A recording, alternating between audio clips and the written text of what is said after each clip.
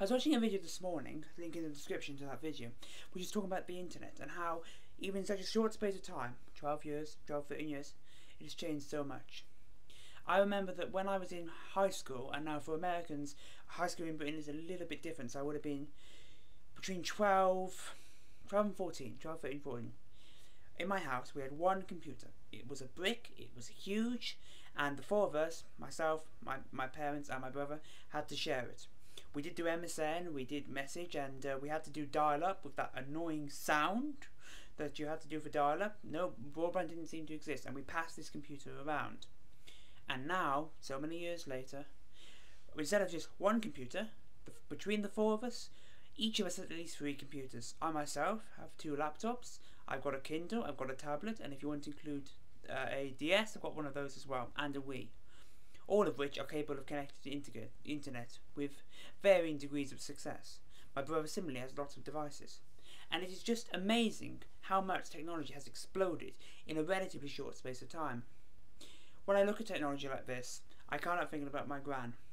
She is 97 years old, and when she was born, the milk, as an example, would have been delivered by a horse and cart. It is amazing how much things have changed.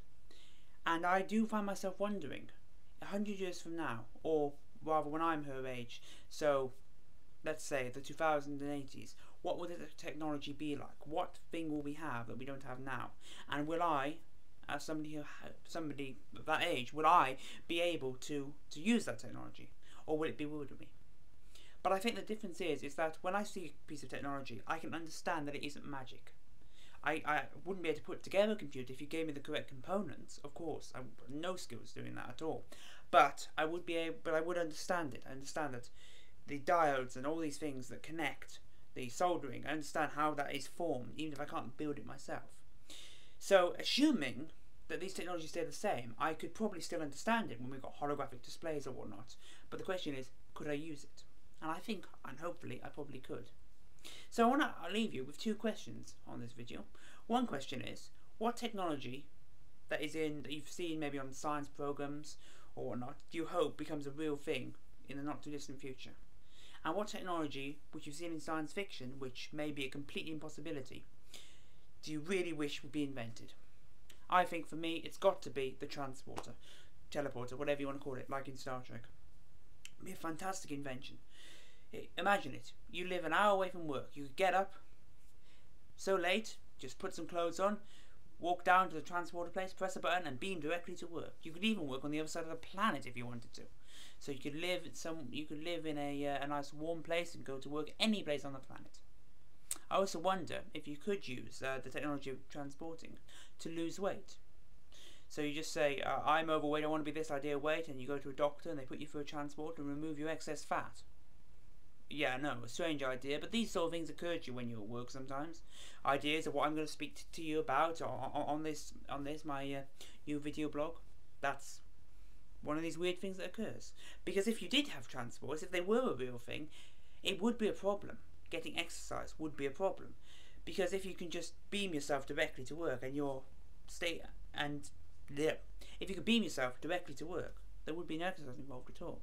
And I think it's already the stage where a lot of people, their days, they get up, they get dressed, they walk down the drive, get in their car, they drive, park the car, go into the building, go into the lift, to their office, sit down, work. And very little exercise, which is why I think a lot of people join gyms. I have considered joining a gym several times, but always come back to the point of how expensive it is. And the £240 for the cheap gyms a year, what I could do with that money. So many other things I could do with that money. For one thing, I could get a better camera than this one. This camera is okay, and I'm sure you can hear me just about right if I do a little tweaking on the computer. So, what I've started to do, and I realise this is now rambling on and I've gone loads of topics, what I'm starting to do is just to go walking. Walking is a very good exercise. I also use the Wii for exercise as well. And that can be very good. People may think, Wii Fit, not so great, but I actually find it quite effective for exercise. So, to reiterate, 2 questions I'd like you to consider and write down in the comments below. 1. What technology do you wish we had that you've seen in science fiction that may be impossible, would you really like to see? and what technology that you've seen sort of the beginnings of in, you know, science shows and things like that, do you really wish they'd hurry up and develop? What things do you really want to see? Okay, well that's all for me for now, and very soon we'll be in April, and I'm going to try doing this every day in April, a vlog every day in April. Okay, see you again soon.